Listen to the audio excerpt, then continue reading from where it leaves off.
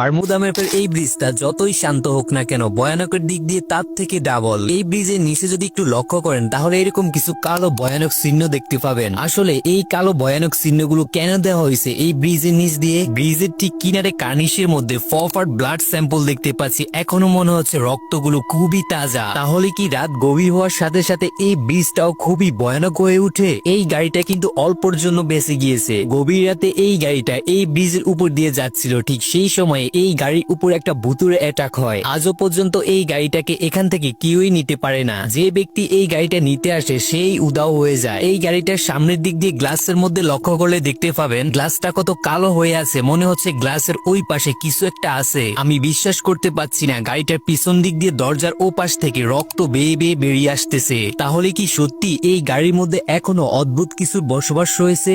আগের যুগে এই জায়গার মধ্যে গাড়ি, রিক্সা, সাইকেল কিছুই ছিল না। শুধুমাত্র কিছু কিছু গুরুত্বপূর্ণ জায়গায় এরকম কিছু জিপ প্ল্যান ছিল, তারা এই জিপ প্ল্যান দিয়ে চলাফেরা করত। এই ব্রিজের লাস্ট মাথা দিয়ে টানেল দেখতে পাচ্ছি। টানেলটাকে কিন্তু খুবই সিকিউর ভাবে কন্টেইনার দিয়ে আটকে রাখা হয়েছে। মনে হচ্ছে টানেলের ভিতরে কোনো ভূত অথবা ভয়ানক ডাইনিকে আটকে রাখা হয়েছে। যদি সত্যি এই টানেলের ভিতরে ভয়ানক কিছু আটকে রাখা হয় তাহলে কি সে এখনো বেঁচে আছে নাকি মরে মাটির সাথে ধূলিসাৎ হয়ে গেছে? এই টানেলের ঠিক সামনে বড় একটা রক্তের গাড়ি দেখতে পাচ্ছি। তাহলে কি এই টানেলের মধ্যে থাকা ডাইনিটাকে রক্ত খাওয়ানো হচ্ছে যাতে সে আরো ভয়ানক হয়ে উঠতে পারে? এই ব্রিজের মধ্যে কিছু দামি কন্টেইনার পড়ে আছে। কেনই বা এই দামি কন্টেইনার গুলো এখানে এই ব্রিজের মধ্যে এত ভয়ানক ভাবে পড়ে আছে? এই ব্রিজটা প্রায় 300 ফিট লম্বা। এত বড় ব্রিজের মধ্যে আরো অনেক রহস্য লুকিয়ে আছে। এই রহস্য একমাত্র শুধু গ্যারি নেই জেনে থাকবে।